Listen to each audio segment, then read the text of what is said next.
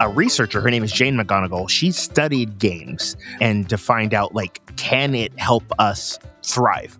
And believe it or not, there's just as much research that shows that games, and video games specifically, can be detrimental to our lives as it can help us and can help us connect. And there is one subtle difference, and it goes back to what we said in the beginning.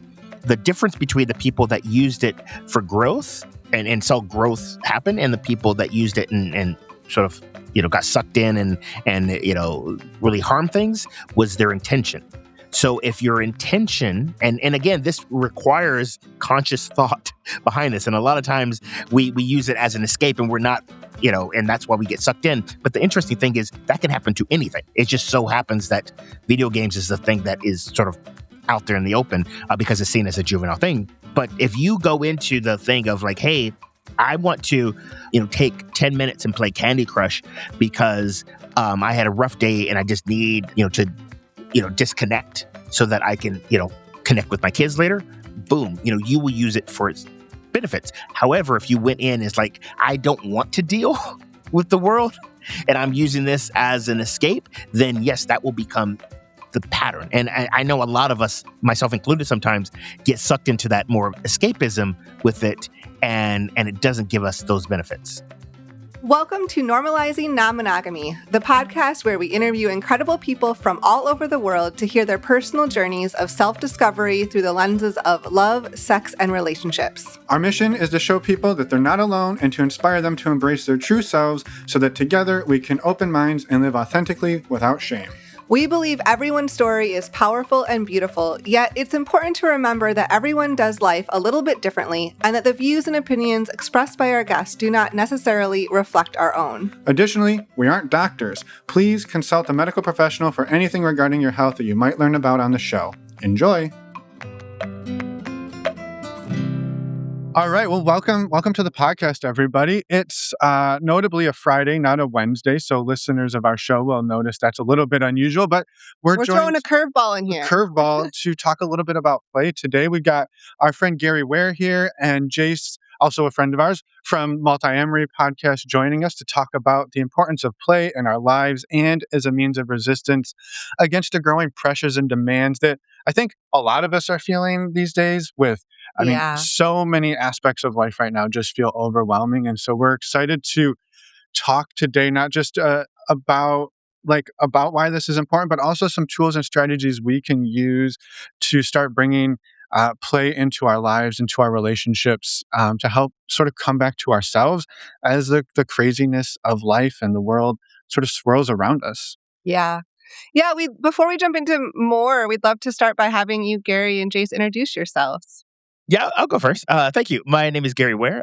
Run a small program called Breakthrough Play, where I do just that. I use play-based methods as a way to help individuals and groups connect and just be the best versions of themselves. So happy to be here. Yeah, excited to have you, Gary.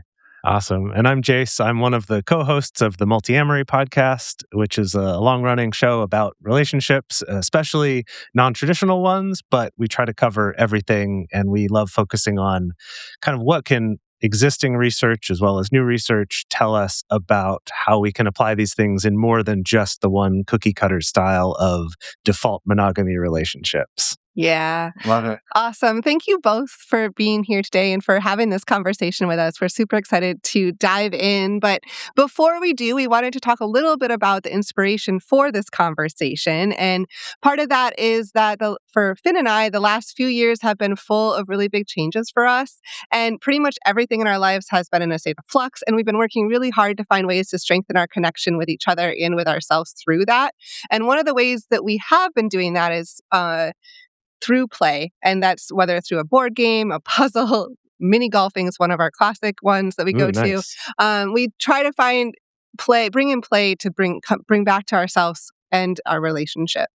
Yeah, for sure. And so about a year ago, we were struggling particularly hard and happened to have a call with Emily Dedeker and Jace just to sort of, we were all sort of just talking through things that have been hard in life and how it's been beating on us. And also sort of on the people around us, our communities. We talk to a lot of people in our communities. We talk to people from our shows, listeners reach out, and just everyone seems like they've been drowning. And we kind of wondered what would happen if we kind of took this idea of play and designed an entire weekend dedicated to using the power of games and play to strengthen our relationships with ourselves, with our friends, with our partners, with our families. And so we reached out to Gary to see if he'd be interested in helping us create this weekend. And he said yes. Emily Dedeker and Jace all said yes. And so, long story short, here we are. Yes, we have an event coming up this spring, May 1st through the 3rd, just outside Orlando, Florida, called Relationship Recess. And it's at a crazy 10-acre lakeside estate with a massive 13-bedroom home that's basically a giant playground. We're going to have a weekend full of games and structured games and non-structured games, just a lot of play and experience, a beautiful experience for all of us. Yeah. And so we don't have the whole team here today. We're missing Dedeker and Emily, but we're excited to have Gary and Jace here. And I'm just curious, before we dive in any further, for each of you, is there anything that like you're both really excited about for this weekend in particular, or something that just inspired both of you to say yes when we asked you about this crazy thing that we came up with? I just wanted to say that, like the whole idea that it's so easy to get burned out or to suffer from, compassion fatigue or whatever you want to call it, there's a lot of stuff to care a lot about, and that takes a lot of our energy. And we can sometimes feel like we've just got to keep fighting. We've got to keep, struggling against that. But when we're doing that at the expense of our mental health and our capacity, it actually just kind of makes us lash out at the people who should be on our same team rather than actually putting our energy where it belongs. And then when we're not, repairing and making that space for ourselves to also enjoy this life that we're fighting for and that we're fighting for acceptance of, that then we're not even living the thing that we're trying to get. So I think that, just as like the general message of the retreat, was what inspired the multi-amory team from the start to get involved and to do this with the two of you, or with the three of you. And then I think the other thing that we've been realizing more recently as we're planning out some program ideas and workshop ideas and things for it is how, when you're in a space of fun and play, how you can still do some workshops and kind of deep exploration where you're coming in with a little bit more of this like freedom to explore those parts of yourself. And so we can actually also have a lot of opportunities for doing some really deep work on how you show up in your relationships and what you want from those within this context of it being more lighthearted and not just I'm going from work to another work. Mm-hmm. Yeah. And so you and Dedeker and Emily are running some kind of, I think, relationship huddles, some activities around the radar conversation and a few other like micro scripts and tools as well. Yeah. Yeah. We've got like a huge list of all the possible things we could talk about. We're just working on narrowing it down to like what are the most exciting ones and also seeing how much people sign up for the different ones and we can adjust from there. Yeah. Totally. Super excited. Well, thanks, Jace. Yeah. And how about you, Gary? I really want to echo what Jace mentioned in that oftentimes we, just because of society and whatnot, we have this thing where we look at play and playfulness as a juvenile thing and something that we get to do after all of our work is done. And I know we're going to dive into this, but the research suggests that that's when we're at our best. And work and play aren't two things that should be at odds of each other. They should be something that can coexist. And by bringing playfulness into the sort of workshop space, it gives you the ability to take it in more and be able to retain it afterwards. So that's why I'm excited that we are blending all of those, because again, they could coexist and you leave feeling rejuvenated and whole as a human. Yeah. I love it. Well, we won't rave too much more about relationship recess here because we're going to dive into this conversation, but we really wanted to sort of stress that the foundation of the conversation today is also the foundation of what we created for relationship recess. And so if you would like to learn more, you can see all of the pictures and videos of the house, schedule, like a tentative schedule of what's coming up. And so sign much up. and sign up. Grab your tickets over on our website, normalizingnonmonogamy.com. There's a banner at the top to get to Relationship Recess, or you can click on the events tab. Again, you can find all the information there. You can grab your tickets and learn more. So thank you. Thank you both for being here. We're excited to dig in and maybe just to kind of start it off. And we talked a little bit about just the amount of pressure we're all feeling and just you mentioned it, like Gary, like how could we think about play at a time like this when there's so much work to be done, whether it's like work or work, just trying to like support our community, support the people around us who are also struggling in the insanity that is today.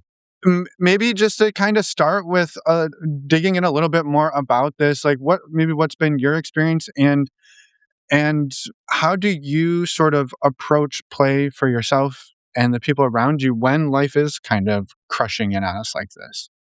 Yeah. So I want to first talk about what's happening on a physiological level. When we are in that state, the stress response of all the cortisol and adrenaline, it is very challenging for us to want to play because our body is in this sort of danger response. But here's the big thing: in the wild, when that would happen, it would be a momentary thing. Something is rushing at you, or you need to save someone. But after it's done, you go from that stress response to the rest and relax response. And it's this circle. Well, when it comes to all the things that are happening in the economy and the things at work, that cycle is never complete. So we're always on. And and if you get that feeling of like, oh, I feel guilty of doing these things, just know that you're not alone. Your body is feeling like it needs to protect itself. But here's the anecdote: making intentional space to do those things will allow you to complete that stress response, and in turn give you the ability to be more resilient. Now, I can say all of these things, but you can still feel that dissonance. It's like, yeah, I hear you, Gary, but I still feel guilty and not want to do these things because of a number of things. So I just want to let people know that, hey, I see you, I feel you, and it's challenging. And I know from my own experience, the things that help me is having people in my corner that can recognize when I'm in that and can give me that little nudge of like, hey, Gary, why don't you take a break? Yeah. Yeah.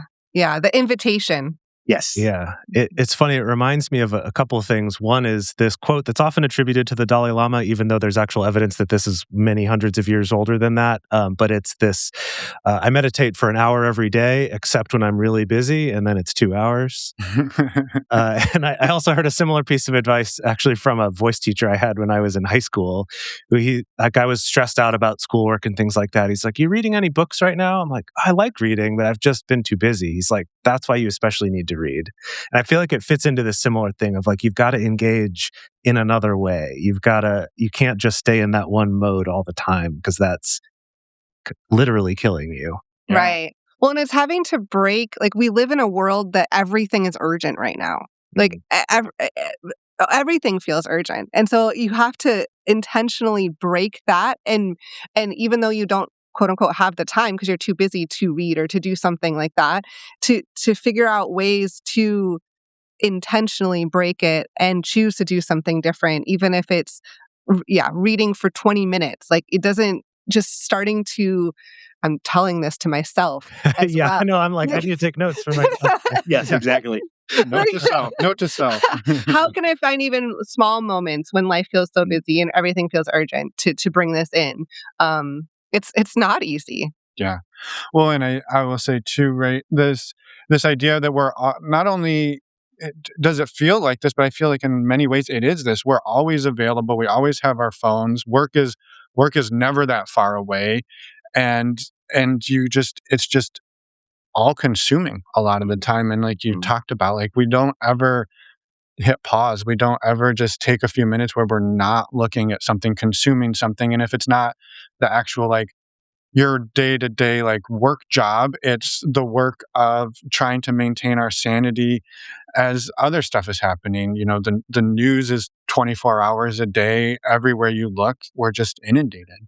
I'm actually curious, and Gary, you might have some input about this, but something I've noticed for myself is that, if I'm working, I'm like jumping from task to task, I'm feeling kind of exhausted, that I'll have, these brief moments like I'm eating lunch or I take a moment to wash the dishes or something, and often I'll pull up YouTube or something to put on something to watch. And I personally love and get a lot of fulfillment from watching math videos on YouTube, like explaining mathematical proofs and things like that, or like physics videos. I love that kind of stuff.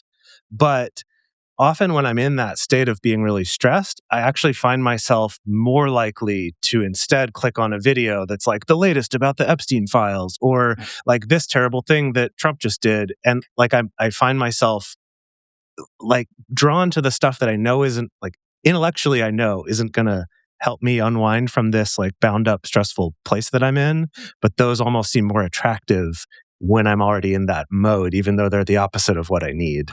Yeah, just that's a very good point. And it goes back to when we're in the stress response, we it's like a self-fulfilling prophecy. We Mm. are our bodies are looking to fight off dangers, and we think that we need to give ourselves more info because it's going to help that anxiety of like not knowing what's going on. Mhm. When in reality, you're absolutely right. It actually is worse. Right. The more that we inundate ourselves with these things, the more that it keeps us in that cycle, and it doesn't help. Yeah. Mm. Yeah, which I feel like is a bit of this, like what we're kind of like getting at here around resistance. Like, how do we start to resist that? And I mean, I think we can look at resistance in a lot of different ways, but I feel like this is one of those. Like, how do we resist getting pulled into that cycle? How do we resist, pulling up a video that we know is actually going to like ruin our evening versus make our evening a fun evening? Like, And yeah, the first step of that is just what we're talking about right now is being aware of it yeah, and noticing the patterns in ourselves and what we're drawn to and when, and then being like, wait, I could make a conscious choice to do something different, but you know what? I'm going to make a conscious choice to do this instead right now too. Both are valid. And one thing to add is that you're absolutely right. We need to be more intentional because we live in a very complex world where even 10, 15 years ago, it wasn't as complex as it is now. And the things that we take for granted is the fact that we didn't always used to be on. And that is what the tools that were supposed to help us are actually hurting us. And I use this joke all the time, is back like maybe 20 years ago, the only people that were, able to be reached at a moment's notice were doctors and drug dealers. Uh, Everyone else, it can wait to the next business day. And I think about my grandpa, who was one of the hardest working people I know. He had a lot of leisure time, and it was because it was sort of baked in. When the work day was over, you went home, and there wasn't anything that was, vying your attention until you came back to work. But now, because we can be, we're ever so connected with, supercomputers in our pocket, and our sort of curiosity as human beings of wanting to know, it's actually hurting us. And now we have to be intentional to break away from that. yeah. Yeah, it was interesting this morning. I was out for a walk thinking about this, and I came out of college. I mean, I both came out of college around 2010 and started our first engineering career jobs. And there was about a 2-year window where I had a BlackBerry that like could probably get emails, but didn't really get emails. And like after that 2-year window, it's just been nonstop. And it was like this really interesting moment that I remember in like, I worked for a short amount of time where I wasn't on 24/7, and then it shifted, and damn, it has been exhausting since then. So it was just a moment of realizing like there was a very little window where I was not on all the time, and And so many people now don't know what that feels like, yeah, because they don't have that experience if they're younger. Yeah. So I think something that's challenging about this, to bring it back to the whole resistance or resilience being related to play, is that I think part of that also is that a lot of people, when they think of play, now think of games on their mobile phone. And I think often like the ones that tend to get us the most are the ones that play on these same addictive properties that reading bad news and upsetting headlines and, your friends' social media posts about all the terrible things in the world, like they play on that same thing, like that same drive. And I think that's part of the maybe why play gets a bad rap. Because if we're just associating it with that, I would probably agree that is a little irresponsible, but maybe not in the way you think. No, and so to that point, I love that you mentioned that. There's a few things. One, the person to blame, his name is BJ Fogg. He created the Fogg behavior model, which was adapted by application designers to get us addicted to stuff. So I'm not going to get too much into that, but basically that model is how to get someone to take action to do stuff. And it's all about like our sort of biology and stuff like that. That aside, a researcher, her name is Jane McGonigal, she studied games and to find out, like, can it help us thrive? And believe it or not, there's just as much research that shows that games, and video games specifically, can be detrimental to our lives as it can help us and can help us connect. And there is one subtle difference, and it goes back to what we said in the beginning. The difference between the people that used it for growth and saw growth happen and the people that used it and sort of got sucked in and really harm things was their intention. So if your intention, and again, this requires conscious thought behind this. And a lot of times we use it as an escape and we're not, and that's why we get sucked in. But the interesting thing is that can happen to anything. It just so happens that video games is the thing that is sort of out there in the open because it's seen as a juvenile thing. But if you go into the thing of like, hey, I want to, take 10 minutes and play Candy Crush because I had a rough day and I just need, to, disconnect so that I can, connect with my kids later. Boom, you will use it for its benefits. However, if you went in as like, I don't want to deal with the world and I'm using this as an escape, then yes, that will become the pattern. And I know a lot of us, myself included, sometimes get sucked into that more escapism with it, and it doesn't give us those benefits. Yeah. Yeah, and I'm curious, I'm building on this a bit. What for each of you, or for all of us here, like what has play as resistance like looked like for you, right? I know we just kind of talked about this, how we can maybe use video games or coming in with a certain intention. But, if we're looking around going, okay, well, because I know there are people out there who like, I truly don't have more time. Maybe they're working multiple jobs, they're single parents, whatever it is that like, I don't have more time to do more. Are there ways to sort of use this idea of play as resistance or just resist by doing less? Like, is that also a pathway into it? You're absolutely right. We don't have a lot of time. And the first thing that I instruct people to do is rest. Rest is important. And it doesn't mean that of course, they're like, oh, 8 hours of sleep, this, that, and the other. But are you getting quality rest? This is where we start to like optimize our overall behavior. Because a lot of times, we treat ourselves like we treat our phones. We run ourselves until it is 0%, and then we crash out. And then we get up the next day and we do it again, and we wondered why like we're never fully charged. So my question is, what is your rest ritual routine so that you can get quality rest? Because you shouldn't be passing out with your phone right next to you, and expecting to get quality sleep. I have two kids, an 8-year-old and a 3-year-old, and they have a bedtime routine. About an hour before bedtime, we start all the things to wind them down so we can get their bodies in a place where they can get quality rest. We need to take a page out of that book. So that's the first thing, is getting quality rest, but rest isn't just sleep. And this is where play can come in, because there are 3 types of rest. So there's the macro rest. So that is sleep and making sure that we optimize that the best that we can. And it doesn't necessarily mean 8 hours of sleep. It just means get quality sleep. And the other thing is micro rest. And again, we all like, oh, I'm so busy. But guess what? If you really look at your day and you're truly honest with yourself, I bet you there are times where you are, you don't realize it, but those are times that you can have these micro rests, and the things that you can do in that varies.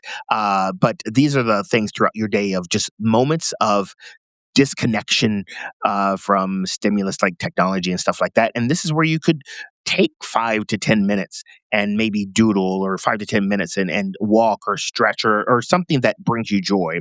And here's the thing, and this is like a subtle nod to what we're throwing out, but there's a thing called mesorest. And these are things that used to be seen just for prestigious individuals. These are sabbaticals and stuff like that, where you step away from the work for extended periods of time, and as a way to like rejuvenate yourself. Well, not everyone can afford to do something like that. However, taking a weekend to be intentional, will do wonders. Where you disconnect and connect with others and stuff like that. Now, yes, that is a plug. I'm just going to be, that's a plug for what we got going on.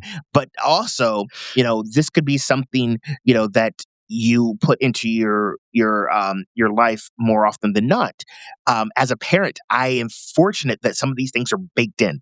I have very active kids, and that comes with doing taekwondo practices and recitals and school stuff, which forces me to step away from work and disconnect from stuff like that. And not everyone, has children that they have to take care of to do stuff like that.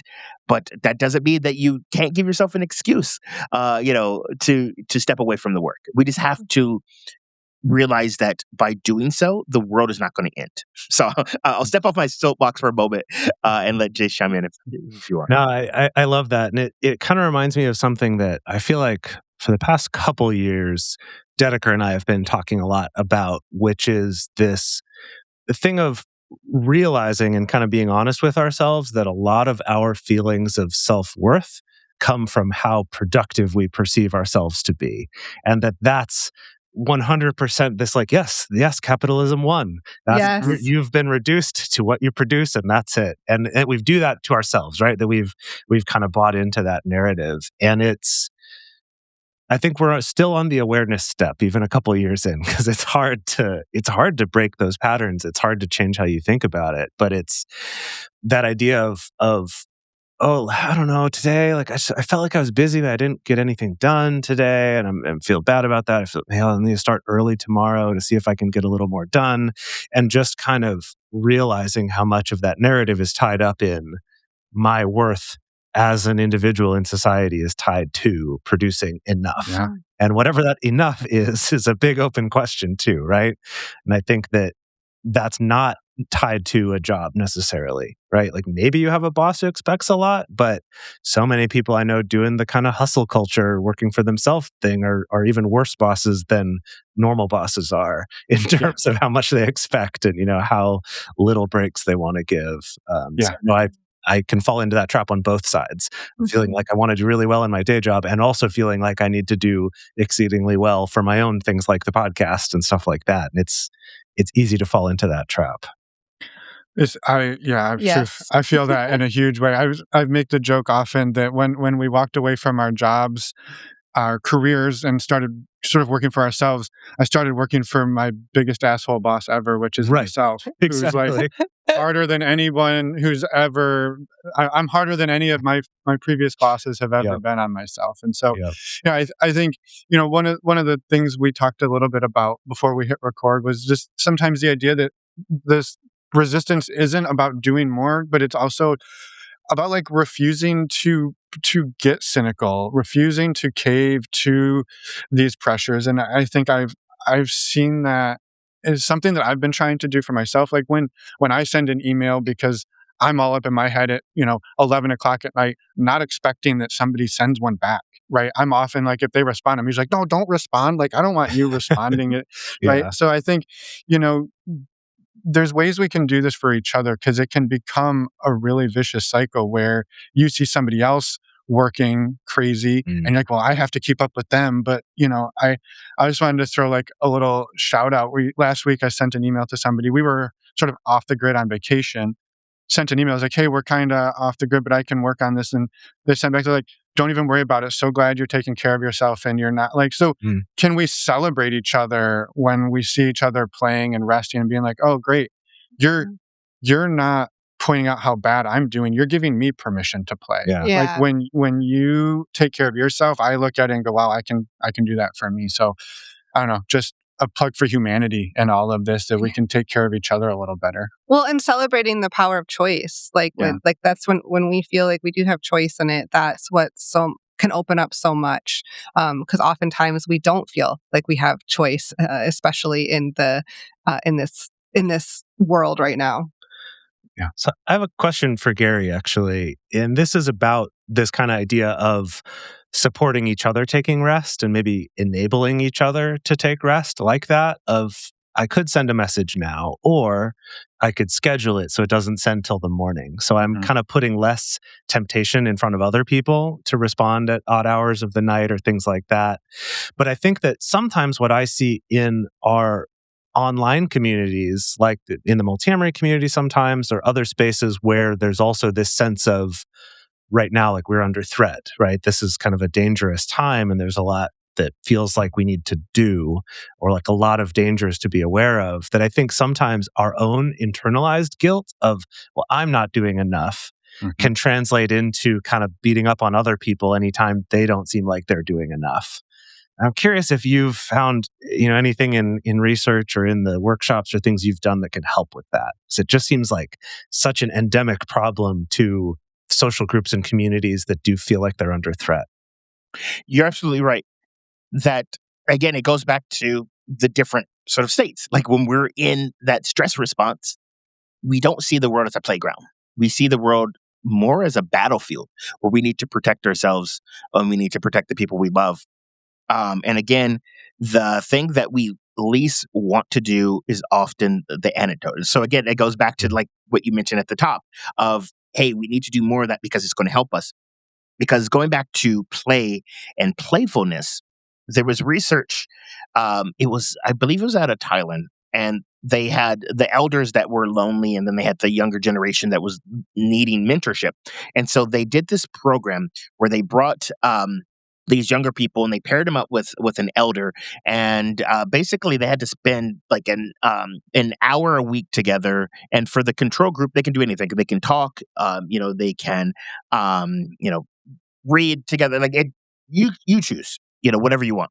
But then the experiment group, they had them play Nintendo Wii. And if you're not familiar with Nintendo Wii, that is the game system where, the controllers are like, you move around with them and Motion you can do sensing, tennis. yeah. Golf. Yeah, it's motion sensing controllers.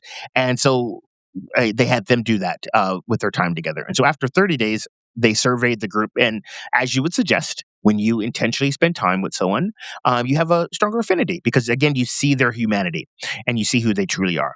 But the surprise was the group that did the Nintendo Wii, not only did they have a stronger affinity towards the person they were with, they had a stronger affinity to that whole group, which means that the younger people had a stronger affinity to elders of all ages, just all elders in general, and all elders had a stronger affinity to younger people. Just because when you're in a play-like state, your brain is taking all of your belief systems and setting it aside for the rules of the game. And you're having what is called a peak emotional experience.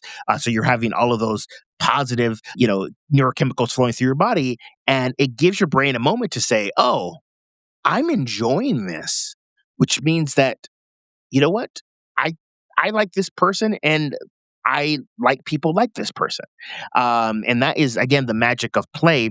It can sort of change the way that we think as a whole because of that, because we are separating our belief system for the rules of the game. And it's like something that is really, truly magical. And I've seen in inner cities where there's a distrust of, authority and whatnot, they would have, sort of community gatherings where they would play games and they would do stuff like that, where they would have those people out there in the community playing games alongside, where you get rid of all power dynamics.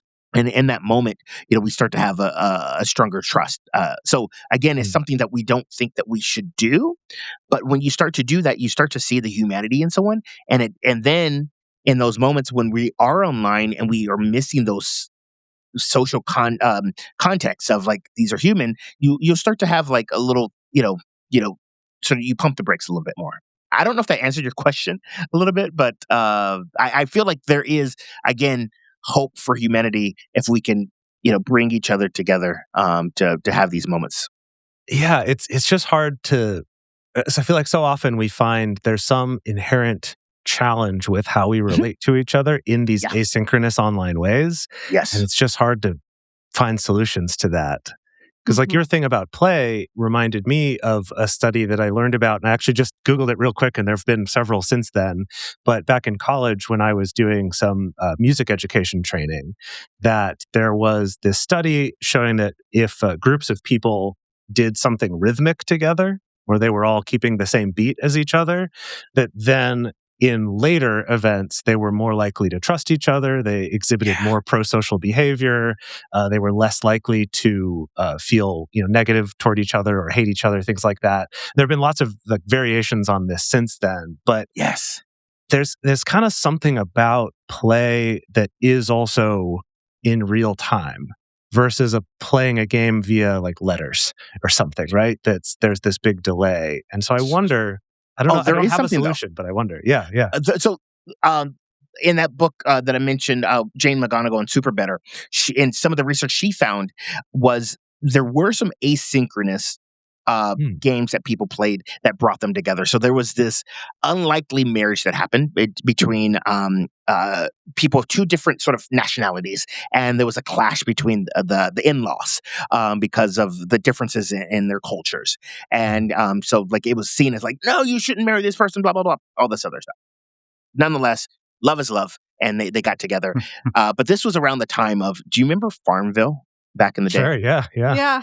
And in Farmville, you get points by helping watering people's lawns and stuff like that. And so since they were all connected via Facebook, they were each of their like the in-laws and stuff like that were sort of connected in Farmville, and they, because of the game mechanics, they ended up like, oh, all right, I'm watering this person's grass and stuff like that because of the game. Again, they're not thinking like of anything else. They're just doing it through the game mechanics. And then they found themselves having a stronger affinity towards each other because of the game of helping each other. So they helped each other in this imaginary world, and then they started to like trust each other in the real world. And so again, that happened in an asynchronous thing. I love that. That's great. And it was like, again, by accident that happened. But again, it shows that, like your unconscious brain's like, well, why should I hate this person? I did them a solid in this game. Right. Yeah, they watered my crops and I fertilized theirs. Yeah. Right. Well, it kind of brings us all back to the basis of humanity and caring for one another. Yes. That's so easy to get out of. And bringing us back to that can really help foster the connection and repair. And like it's a way that it makes those people into part of your in-group of people that I help rather than being this outside threat. Yeah. Yeah, they become three-dimensional again. Right? I love that. Yeah.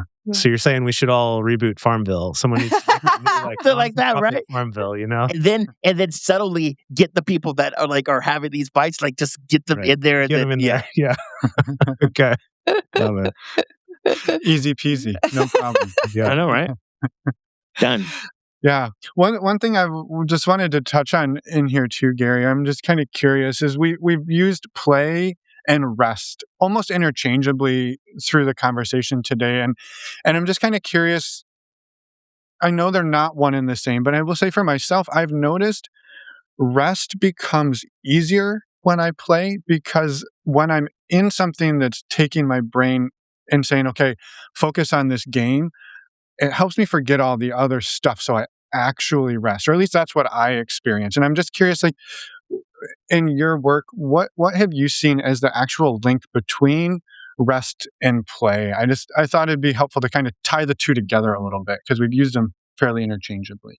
Yeah, I don't have the exact research on this, but I can tell you from personal experience is that when you are playing, you are getting into that rest and digest state of your body, which allows things to be easier because you're not your body's not flooded with cortisol and adrenaline, the things that keep you on edge, on alert.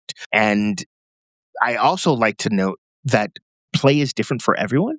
Mm. And this the problem is that a lot of times people put play in this box. Then there's a doctor, his name is Dr. Stuart Brown, and he wrote this book on play, and he talks about different play personalities. And the thing that we need to realize is that there are different ways that you can engage in play, and it varies per person and based on need. And so some of those play personalities is the one that we all, sort of think of when we think of play is the competitor. This is where a lot of sports come from. Then we have the joker. Again, a lot of playfulness is like, pranks and stuff like that. These are play personalities. But did you know play personality is someone that is a storyteller? And storytelling can be consuming stories, like going to the movies. It could be reading a good book. That is seen as play because essentially my definition of play is doing something that brings you joy that you could do regardless of the outcome. Mm. And you're right. When you engage in that, it does make rest easier. And when you rest, it makes play easier. But the main thing is being intentional. And this is why I say, play is resistance, because a lot of our sort of social norms are telling us to do otherwise. And it's to our own detriment. So we need to sort of resist that urge to feel like we need to connect all the time. And this is a good alternative. Mm-hmm. Yeah. I just started reading this book, Rest is Resistance, by Tricia Hersey. And have either of you read it yet? No. I've heard about it, though. Yeah, I just have to do a quick plug for it. I just started it, so I can't talk about it yet. But it feels very relevant to the conversation we're having of like how rest is resistance too, and to build on that with rest and play and bringing both in as resistance. Yeah, the one of the stories from my past that kind of came to mind here was in college I took a social dance class, and I remember one day we were doing some square dancing or something like that, and we got done and everyone was just sort of like laughing. It was ridiculous. And she's like, who here was thinking about their math test? Who here was thinking about this exam? And it was like right before finals week and everyone was like, nope. And it was like, that was the moment we were like, oh, we literally forgot about everything for that song, right? And if you can kind of string series of those together, you get hours perhaps of rest. Then you can come back to that exam refreshed, actually be present for it or whatever the work that you're trying to rest from is. So yeah, I love that example. Yeah, it also relates to some other research that I remember learning about in terms of learning. And so with this is that when it comes to learning something new, and so for me, this is all about language, right? Because I've been studying Japanese for freaking 10 years now, and I'm trying to pass this kind of high-level proficiency test. And it's all been self-study, but there's always this struggle, right? Of like, how do you learn most effectively? Mm-hmm. And one of the things that comes up in the research is after you study something, taking some time to just space out and not think about it has actually been shown to increase your retention and your learning of those things. But it's like so counterintuitive because you think, oh no, I should take some time and like think through it, keep like drilling it in my head. And it's no, the research shows intentionally not thinking about it, like trying to not really think about anything, just daydream, think about whatever, but not trying to make your thoughts productive lets your brain do this background processing that's actually more effective than if you were just on the whole time. Yes, I totally agree. I read something, and again, this goes back to productivity. So I was going through early in my career, I was going through a moment of, trying to be as productive as possible. And one of the things that they said, and it seems counterintuitive, is to take breaks at the moment when you're like in this peak of doing your work. And you're like, why would you do that? Because the brain will continue to work on it. It's almost like an ellipse. If you think about watching back when we didn't binge everything and we watched TV shows and they would have a cliffhanger. We thought about it all week because, again, our brain can't help but to like sort of fill in the gaps and solve problems and things like that. And that's the same with our work.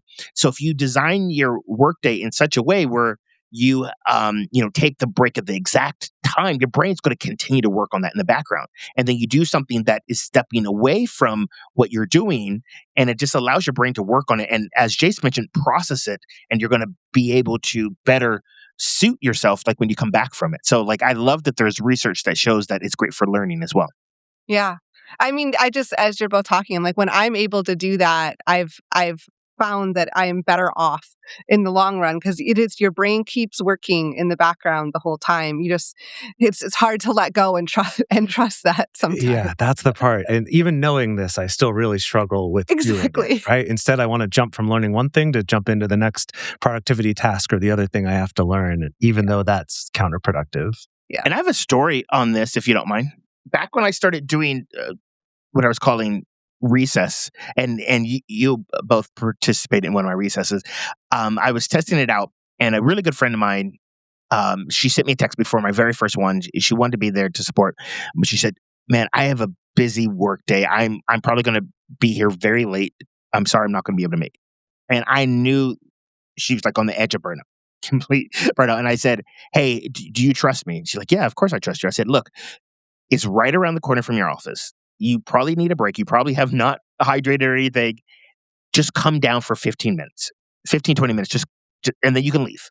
15, 20 minutes, the first couple activities, I think you'll benefit from it, and then you can go back to work." She's like, all right, cool. So she came, and she stayed for the whole time. She stayed for all 2 hours. And then she didn't go back to work. She went home. She got a good night's sleep. And then she went back, and she sent me a text the next day saying that, she had a great time, and she went home, got some rest, again, going back to that whole thing about rest, and went back to work early, and she knocked it out in probably a fraction of the time she thought had she not taken that break and did that all-nighter. Yeah, 100%. I believe I it. love that, Gary. And Yeah. it's picked at something that I had been thinking about. I was thinking about this morning on my walk as well. Is like the systems we live in are constantly saying like, okay, you finished that. Now you have this. Now you have this. Now you have this. And then I'm also creating my own list. Like, oh, and I have this, and I have this. But when there are times when I can stop and I pull myself out and I go and do something else, my list gets shorter. There's something about that stepping out that I'm like, how many of those things on my list did I actually have to do versus how many was I telling myself? And so it feels like we get into this autopilot where we're just like, just do it, do it, do it. And if somebody hands us a thing, we're just going to do it. But when you can step out, you're like, I didn't need to do half of those things. And my Because the rest and break helps you be more creative with it all. or get some perspective to Yeah. be like, what was I thinking? I didn't need any of that. Right. It's like breaking out of this model of just being a cog in the machine whose only value is turning the other cogs, right? That you're actually thinking and being creative and understanding and making decisions and priorities. Yeah.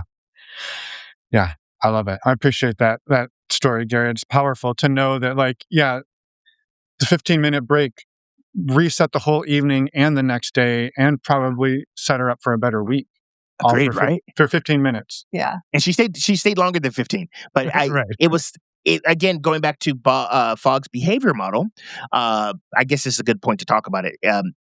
In his thing, he says it's called you need a prompt, and then you need to make sure that the ability to do it is at the right level. And then you have the action, and then you have a reward. And most of the time when we think about doing these things, it is just so daunting. Like, oh my gosh, like her thought of like doing a 2-hour thing when she's already stressed about all the stuff that she has to do.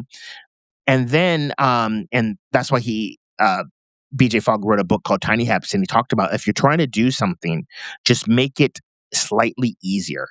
And you have to, like, again, reduce that action time. And so I just said 15 minutes. Again, I wasn't trying to like get her to stay the whole time. I just knew as a good friend that she needed a break, and it was right by her office. So again, all these things are easy. Like her brain's like, oh yeah, it's right by the office. I say 15 minutes. And then the cool thing about play and whatnot, and again, this is why it can be a slippery slope and it can go either way, good or bad, is that she was there and she was having a good time. And then, but she was able to have a conscious choice and realize in that moment, like, do I really need to go back to work, or should I be responsible and actually go home and get some rest? So that is, again, one of the benefits of taking a step out and actually being conscious about the things that we're doing, and ask yourself, am I making this choice, or someone else, or some other system making this on my behalf. Yeah. Yeah. I love that. It reminds me, a couple of weeks ago, I had Crystal on the podcast. It was episode 430. It was just last week. And she was talking about, it was a lot about pleasure. Her work is all around pleasure. And she's like, when I go to a restaurant and I'm eating my food, like, she's like, I make a big deal about it. I let people know how enjoyable it is. And she's like, when I do that, it shows the people around me that they also have a choice, that they can be like, oh, I don't have to just play by the same rules. And so I love that idea sort of rolled in here, right? When we see other people, or we show other people that we have choice, that we don't have to keep staying in the cycle. So I don't know. I love that community aspect of play as well, that it's contagious. Do you, but and this is a question for both of you, have you heard of the acronym GRAPES as a way of self-care? No. And so pleasure's in there.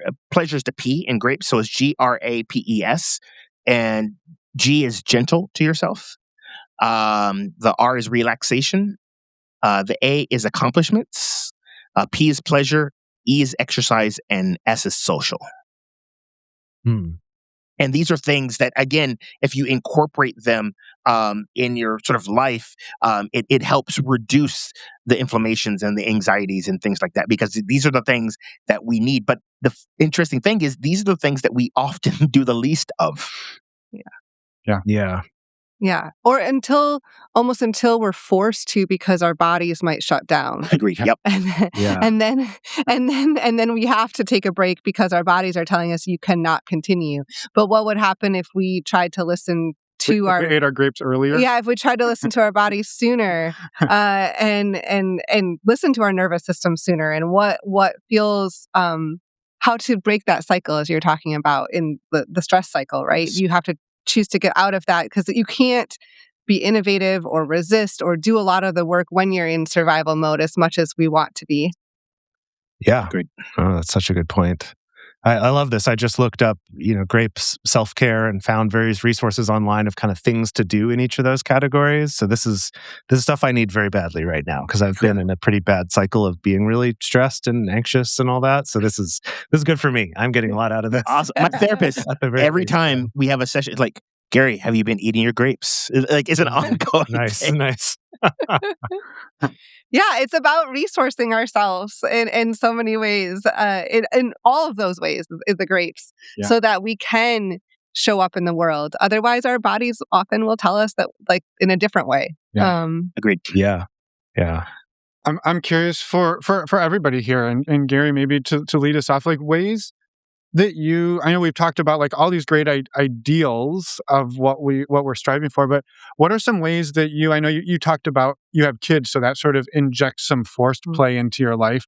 But what are some ways that you found to like break some of these cycles, balance play with the reality of, we still live in a capitalistic society. We can't go to our landlords and be like, I had a lot of fun last week. Would you take that as a partial payment for my rent? Like, that's not typically how it goes. So Right. How do we balance the play with the reality, and how do you break the cycle yourself? For me, what I've been doing lately is having a hobby. And it's interesting because I believe it's Europe. In some cases, instead of prescribing like medication for some like sort of mental health challenges, they prescribe a hobby. Because think about it, when you have a hobby and it's something that you're doing, one, you're learning because you're getting better. There's a level of mastery that you're trying to gain, and then two, there's a completion. My sister, for example, she got into crochet, and she was prior to that, she was having some normal anxieties of just being an adult, and then she started crocheting and really got into it and loved it and started like making everyone in the family like little plush dolls and scarves and all these things. But again, one, it allowed her to like not to doom scroll, and it again, it was a very intentional act. Two, she's using her hands. Three, there's a completion aspect of it. It's like, wow, I finished this thing. And then she gave it away. So there's like this like gratitude and, expression of like, hey, look, I appreciate you. And so she inspired me, and I took up 3D printing because I got a 3D printer for Christmas, and so I've been making people things just because, and it's just uh really cool. Just one to see people's faces, like when I give them this gift, and then they look at it and like granted, like no, I'm not. I know, don't come at me of the whole thing about plastics and stuff like that. I get it, and it's not woodworking, and I didn't make it myself and design it myself. However, there is some level of technical skills that is needed, and then at the end of the day, I would rather spend my time doing that than spending it on social media trying to find out what is going on with this, that, and the other. But it is cool to give someone a gift. Yeah, I love it. I also just want to say too, Gary, you touched on something that I think is important here, which is something I struggle with too, which is the idea of, is the thing I'm choosing to do the right thing? Is it socially responsible? Is it sustainable? Is it organic and fair trade and all of the right? And there's this point sometimes where it's like, probably it's not the best that it could be, but if we're trying to break a cycle, I think taking bite-sized pieces, like what can I do right now? And then that gives me more space to do quote unquote better next time. And then that gives me more space to do better. And so I just want to give, because otherwise you can get in a loop of being perfectionist about it. Yeah, you'll never start. Yes. And I think that's the G in grapes. Gentle to right? yourself. Be gentle. Yeah. I just wanted to highlight that because that is a trap I fall into, which is if I can't do it the right way, the best way, the whatever way, then I might as well not even do it. And then I just keep working, and I keep working in probably a less efficient way. All of the things, like you just have to sometimes just start somewhere, break the cycle, and then maybe improve and iterate. Yeah, for sure. I feel like the trap I fall into with that is I'll spend a lot of time like working out the perfect like schedule of how I can relax, but without actually doing the relaxing. I've just done the work of like making the perfect relaxation program or something like that. Yeah, right? Yeah. I had to do that last year around working out because I used to exercise quite a bit, and then I started grad school and I completely fell off all of my habits, and I was like, I can't do this at all. And I was like, how it felt so overwhelming to even think about. I felt like I needed to plan my workouts, like plan the whole thing, and what was I going to do? And to your point, Jace, like I'm going to spend all this time creating a schedule for myself and what I need to do, and I was so overwhelming that I just couldn't do it. I just didn't do it at all until I finally was like, what is the simplest thing I could do? And I created myself 2 basic workouts, and I was like, I'm just going to do these 2 every week, even if I like just those 2. And I don't care if it's the same thing. I can go up and down in weights and different things, but I'm not going to complicate it. And I've still been doing those workouts since the last year. And sure, I've taken weeks off and things like that, but I had to simplify it to the point where it was attainable. Like I could do something, because when I was getting caught in that trying to make it perfect and all of the planning that I needed to do. And I was like, well, what if I don't get these muscles and these, or do this in this way? And it's like, something is better than nothing. That was me when my son was born, because I had this sort of way that I exercised and meditated and all these other things. And it's so, I remember it like it was yesterday, because a wiser person than me, my good friend April, she had mentioned, she has kids older than mine. And she's like, when you have kids, your routines are going to have to change. I was like, nah. I was so naive. This, again, 9 years ago. And she's like, okay, you'll see. And that was exactly what happened, in that the complexity of being around like newborns, and it throws your life in flux. And it was one of those things where like everything fell off because I wanted it to be perfect. I wanted to like have this perfect time when I was meditating and working out. And I had to like sort of go back to like square one of like, just like what you did, of like, all right, look, these are the things I can do. And because again, being intentional, like I know that this is important, and I have to be okay with it being messy. Yeah. Yep. Yeah. I love it. The messiness and figuring out ways to embrace the messiness. Oh, that's hard, but it is part of life, and it is like bringing in the humanity again for all of us. Agreed. Yeah. I'm curious for you, Jace, on that sort of same thread, like things that you've been doing. I know you said this sounds like big work for you, is trying to figure out this burnout and bringing this rest in. What are some tips, tricks, tools you've been using for yourself? Yeah, I mean, I think something that I've been struggling with, and actually was just talking to Dedeker about this last night, where I was kind of like, okay, I need to find a way to gauge for myself when I've done what I think of as enough to then give myself permission to play a game or read a book or, watch a movie or like engage with something that I enjoy without feeling that like back of my mind sense of guilt about it, of this like, but I really should be doing something else.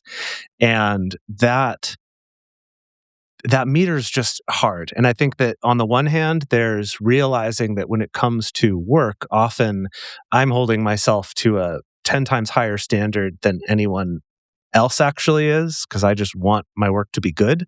And that's just part of my personality, is kind of recognizing like what of this is self-inflicted versus we can kind of feel like, oh, there's all these demands on me, and realizing like, actually, a lot of this is coming from me. I do have more agency than I realize in certain areas. But then I think when it comes to also getting things done is more looking at, rather than just an endless to-do list of all the things I need to do, of splitting it up by day.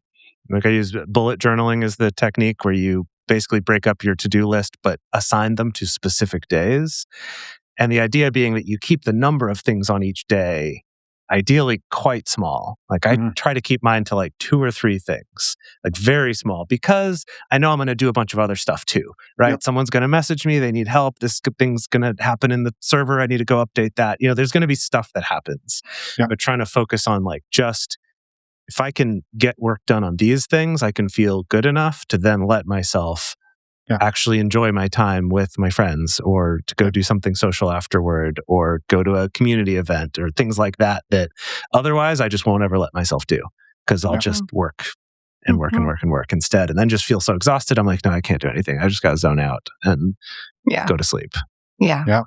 I appreciate you sharing that. That very relatable too, and that's I've had a similar strategy at times over the last year of like, if I can do these 3 things, I'll call today good enough, and I'll let myself turn my computer off at 5 or 6 instead of 9 or 10, right? Yeah. And it is not easy to do. I'll throw a couple maybe quick things from my side as well, that one thing that Emma and I have been doing that we found really great, I think, both individually and for our relationship, is doing puzzles together. We just started this like last month. Nice. So last month we got out a 3,000 piece puzzle that we got at a thrift shop. So we have no idea if all 3,000 pieces are there. That's part of the game. That is great for somebody with OCD, but we're not thinking about that at this point.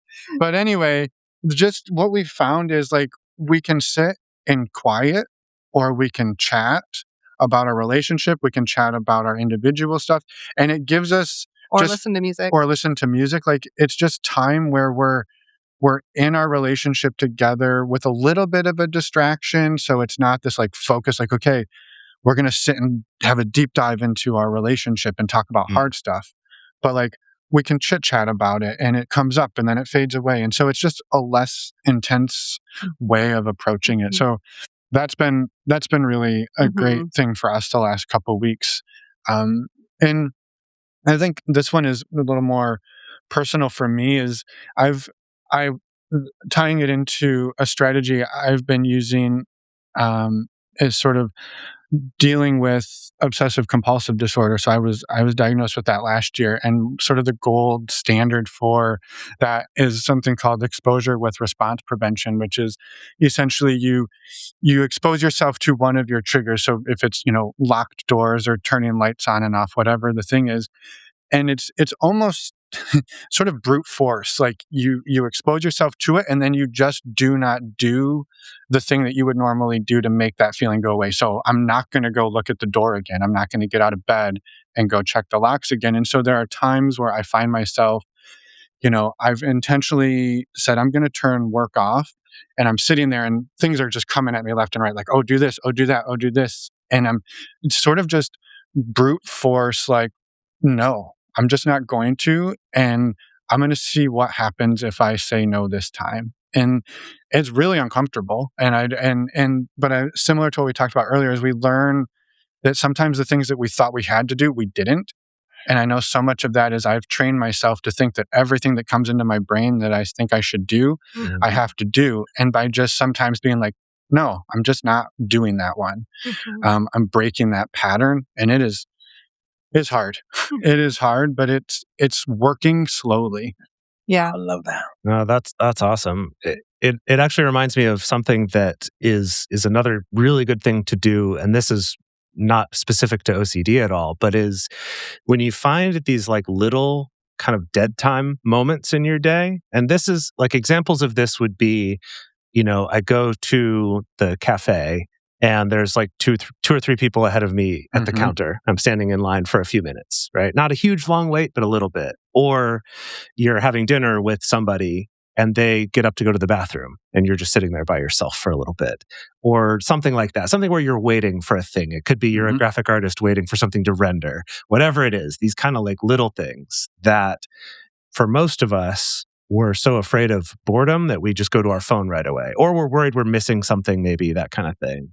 But is to try to get in the habit the same way of feeling like I have this like itch in my brain to check my phone and to engage with something. What if I didn't, though? Like, what if I actually just stood here and kind of looked around the cafe? Or what if I just stood here and kind of looked out the window while I'm waiting for my computer to do something? Or, right, whatever it is, just sitting there and looking, it could be kind of this crazy, profound experience when you do it. You're sort of like, wow, I'm just like here. I'm like existing and taking this world in. It's because we're so not used to it now that we're so tuned into our phones. Yeah. Totally. Yeah.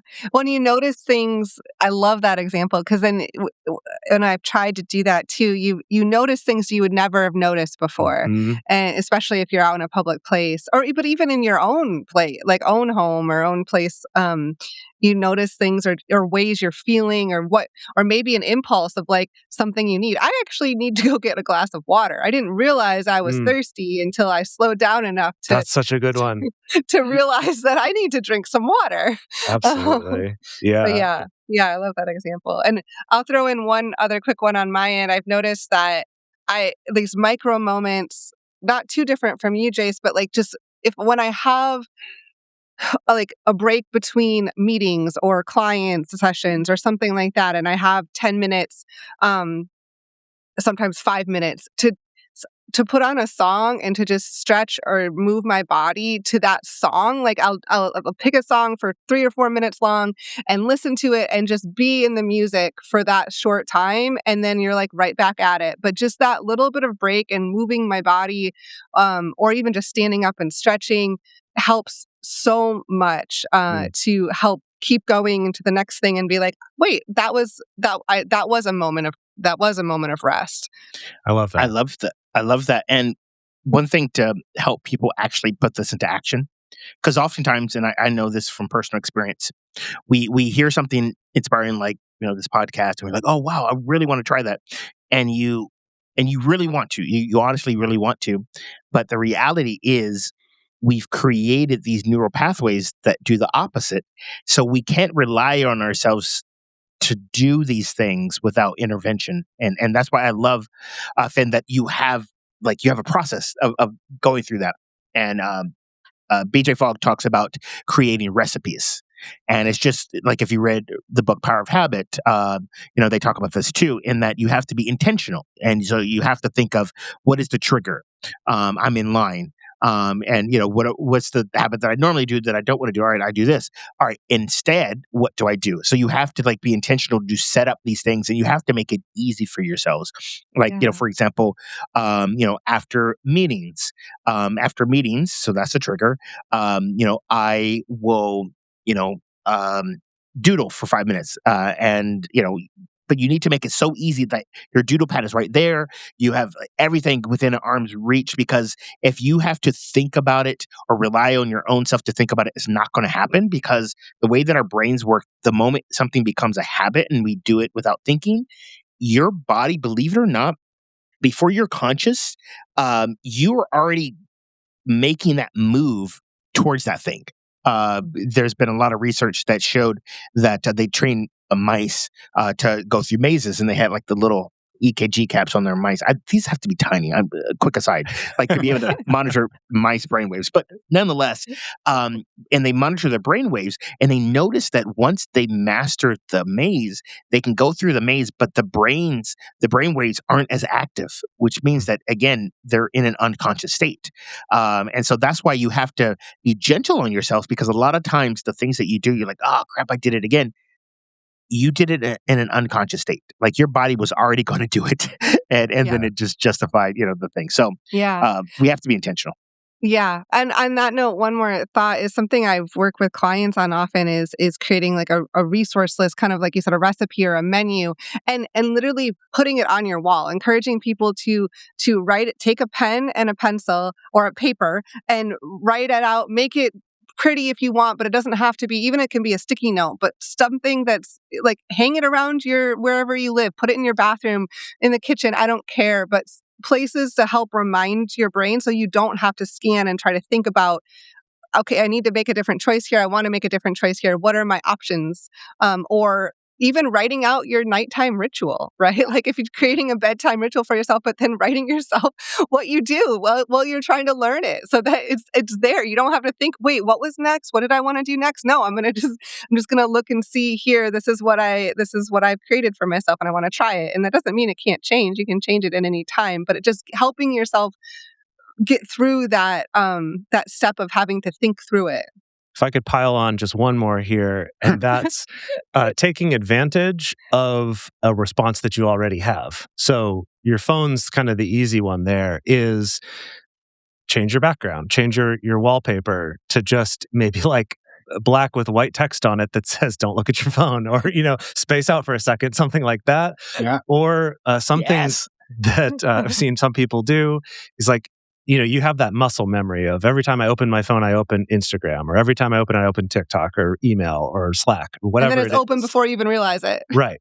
So on your phone, put something else in that spot. So when you go by muscle memory, you click in and you get like a quote from tinybuddha.com or, like some other inspirational quote, or it just opens an image that says, don't look at your phone. Whatever it is, like use the responses you already have to your advantage to kind of insert a different trigger, like a diversion out of that rut. I love that too.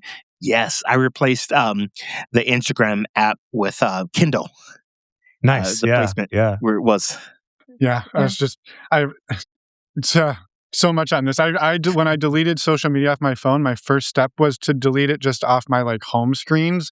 So I had to like go look for it in my list, but then it went into my recently used, so it was just as fast to like go there as it was to go. I was like, it's not working. It's got to be off here completely. So yeah, I don't know. I maybe just to pull back in the G from grapes to gentle. I think we've all kind of said here that these aren't perfect processes. You're still gonna find the social media. You're still gonna find the stuff. But to have some grace for ourselves as we do it. Yeah. And I don't know. Just maybe moving towards wrapping up here to get maybe a couple final thoughts from everybody on this. But I think one thing, around this having grace for ourselves, being gentle for ourselves, is that there isn't a right way to do any of this, that it's imperfect. And I'm hopeful that, in this conversation today, if nothing else, maybe you got a little bit of a permission slip that it's okay to do this. Gary's given us permission many times. There's many times we reach out and we're like, Gary, and it's like, no, it's okay, go play, 15 minutes or whatever. And so just if you're out there struggling in this, you're definitely not alone. If you're trying to bring play in and it's hard as hell, like you're not alone there. But there are a lot of us out here trying to find ways to break up the insanity, and just if nothing else, wanted you to come away with a feeling of not being alone, some tools, and maybe come join us in Florida at Relationship Recess if you really want to like atomic bomb your way out of it. That'd be a good jump start. But yeah. Can you tell I didn't have that analogy teed up? Right. It was developing on the fly. I love that for you. I was just watching a clip from the Sandra Bullock movie The Net from back in the 90s where they talk about a cyber nuke as if that's like a thing that, would erase all of the computers in the world or something like that. I don't even know what it's supposed to do, but a cyber nuke. So there's a theme here of weird analogies. Yeah. I love that. And so maybe final thoughts from each of us to take out into our lives over the weekend and in the coming weeks. So yeah, I don't know. Gary, you want to kick us off? Yeah. I think my main thing is, if you heard one thing that's like, yes, I need to do that, do it. Like right now. Go do it and take a page out of like all of our books that we mentioned. How can you make it easy for yourself? Whether you write it down on a post-it, you put it on your app, but just do it right now. Yeah. Yeah. I love it. I love that. Yeah, I would say that my kind of thoughtful piece of advice would be about being gentle with yourself. I know that's probably the one I struggle with the most out of all the grapes. And that the one I've always tried to come back to is to imagine what you would say to yourself if you were treating someone else like you treat yourself. You'd be like, whoa, whoa, whoa, back off of my friend. You're being a jerk right now. Right. Yeah. So like have that voice there. But then I would say, as far as like practical getting stuff done, is like, yeah, find a way to insert the habit you want into your life as it is, instead of imagining, oh, I'm just suddenly going to change and do all this stuff differently. But like find a way to insert it into a pattern you already do, or something you already confront every day, so that it's easier to do. Just make it easy. Yeah. Yeah, make it easy. Yeah, it takes time. It takes time to change habits, form habits, change things. And my thought here too is encourage everyone listening, whether this whole conversation resonated with you or just parts of it and parts of it didn't resonate, I encourage you to talk, like continue the conversation. Talk with your friends and family and people in your life about this topic of play as resistance, or just what it means to you, those types of things, because I think that it's important to keep spreading the word and keep these conversations going, because it's so important for all of our I would say like just health and well-being and being human and being human in the fullest form that we can. Yeah. Yeah, I love that too. And I think in talking about it with other people, it's that, I think for myself, again, I know we often hear like, oh, you should find the motivation from inside and you shouldn't need other people for validation, but fuck that. I still need it. And so like for me, there's a lot of like talking to a friend and they're like, oh, I just took off a Wednesday and went and did a thing and it was totally fun. And I'm like, oh shit, I can do that. You did that. Why couldn't I do that? Right. So I think the more we talk about this with each other, the more we start to break down the systems that tell us we can't, that we can't break these cycles. So yeah, I love that. Talk about it with people, go play with each other, find ways to like make games, make games at the grocery store with the other shoppers. Yes. Like, why not? Right. You can make a game pretty much anywhere if you're open to it. So yeah. And I love that. And also trying to do all of these that we talked about would definitely, to me, be overwhelming. So yeah, like I think Gary said, pick and choose. Pick one, try that one today, pick a different one tomorrow, right? There's no right way to play, I think. Yeah. So, and if you have a really good one or like other ways that this has impacted you, reach out to any of us. We'd love to hear. Contact information will be in the podcast show notes, of course. But thank you both, Gary and Jace, for this lovely conversation and for all of the inspiration that you've provided me and for everyone else. Yeah, and thank you for helping us create Relationship Recess. We're super excited about it. Again, it's coming up May 1st to the 3rd. So if you want to come and get more of this, talk about it in person, see the magic and like be in the magic, come join us. We'll be outside Orlando, Florida, May 1st to the 3rd. We'd love to have you come. Links to find all the information are in the show notes. So yeah, thank you both for being here. Yeah, thank you for having me. And I look forward to seeing everybody at the event. Yeah. Agreed. It's going to be so much fun. I'm so excited. Yeah. Yes. Agreed. We will see you both there. Have a wonderful weekend.